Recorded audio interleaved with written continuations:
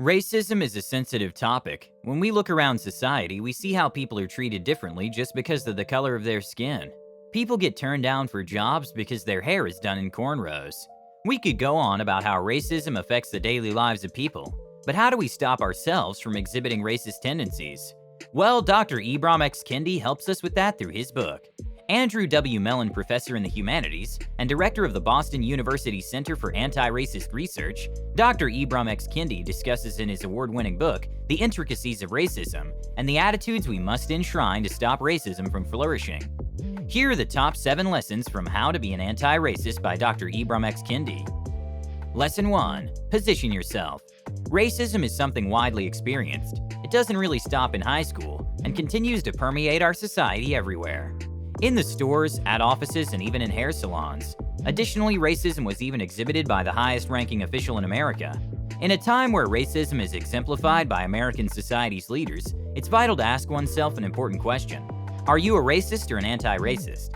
But before answering this question, we should first define the terms. First, a racist is a person who blurts out racist ideas or shows support to racist policies. We should also note that showing support for racist policies can be done actively or apathetically. So what exactly is a racist idea? In a nutshell, this is when one sees one racial group as inferior or superior, based on cultural or biological differences. According to the book, racism didn't exist until the 15th century, when Portugal started to enslave Africans and traded them for a profit. To justify their acts, the Portuguese formed a policy that would benefit them, while oppressing another. In a racist society, racist policies are made to benefit policymakers. However, there are also anti-racist policies. Basically, these are implemented to help those who are oppressed and aims to promote racial equality. Now that we know all of this, we can start situating ourselves in the discussion. Lesson 2. Reject racist policies. Racism is deeply rooted in the thought that other cultures are inferior. This was exemplified when Christopher Columbus not only invaded the lands of Native Americans, but chose to push his own beliefs, culture, and clothing onto the Native Americans. In Columbus's mind, he was doing the Native Americans a favor by helping them become more like white people, and in turn abandoning their own culture and heritage. This is what the author calls assimilation. This is when another culture tries to make other cultures more like them, because they think their culture is better. Additionally, another type of racist policy is exemplified by segregationism. An example of this is when Donald Trump insisted that a wall be built between the United States and Mexico. Basically, segregationists believe that racial groups should be separated mostly because they see people of color as lesser beings. But how do we adopt a more anti-racist mindset? The author suggests that we start saying no to racist policies and show support for policies that promote equality between races. Lesson 3. Steer away from biological racism. Were you ever made to believe that black people are better at physical activities, hip-hop, or jazz? Well, to think that a group of people is different from us because of their biological makeup is a generally racist idea. The author recalls being in school and taking note of the differences of the kids around him. He noticed a black girl with cornrows and dark skin to a fair, straight-haired, and thin-lipped white kid. Although he saw the differences, he didn't really attribute those differences to their races. However, many racist ideas are deeply rooted and assign biological differences to a specific culture or race. Surely we've all heard of the notion that all black people like fried chicken, or how black women have larger butts. Albeit for 20 years, scientists have proven that all humans have 99.9% identical genetic makeup. There are various reasons why certain groups look the way they are, aside from their race. In fact, Western Africans share more similarities with Western Europeans than they do with Eastern Africans. To avoid this type of mindset, the author suggests that we understand that race cannot be inherited. Lesson 4. Don't buy into colorism. In the age of social media, we can easily see what's the standard of beauty. May it be wearing more makeup, following clothing trends, or altering our skin colors, changing one's appearance to feel better has become normal nowadays. Admittedly, it's not really a bad thing to alter one's looks. However, when we see people subscribing to whitening soaps or lotions, we can see that society mostly values lighter skin rather than darker skin. The author remembers one time where he chose to wear honey-colored contacts, which were shades lighter than his brown eyes. This is because we've always been taught that lighter is better. A lot of darker-skinned persons experience discrimination when it comes to their everyday lives. May it be during job hunting, going out, or even just purchasing something in the store.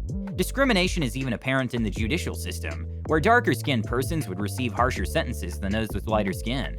Since colorism is so ingrained in society's views, how exactly do we combat this? According to the author, we should be more aware of the privilege lighter-skinned people have. This will lead us to seeing how unfair darker-skinned people are being treated. Lesson 5. Stop spreading hate. It's normal to feel tremendous anger towards those who are experiencing the privilege we wish everyone has. This was the same feeling felt by Ibram Kendi last December of 2000. He found himself hating white people due to the inherent racism experienced in the George W. Bush versus Al Gore presidential race. When African Americans didn't receive their registration cards or had their ballots rejected, it seemed that everyone was hindering them from voting for Al Gore. In an effort to understand his surfacing hatred for white people, he picked up a book called Nation of Islam. Basically, this was a book against white people wherein they saw them as a race of pale-skinned devils, created by an evil African scientist. Luckily, Ibram Kendi realized that he was perpetuating hate. Anti-racists must realize that the enemy is racist policies and racist thinking. We must be able to distinguish ordinary white people who have no political power in society. Surely racism is racism. It doesn't matter to whom we direct it to. Lesson 6. Acknowledging the existence of internalized racism. Everyone can exhibit racist attitudes, even those who are a part of the race who's constantly oppressed. What we mostly fail to recognize is racism is so ingrained in our society that we sometimes exhibit racist attitudes without noticing. This was recounted by the author when he met an African American editor. During the meeting, he was ranting about being fed up about how the police treated him like he was like other black people.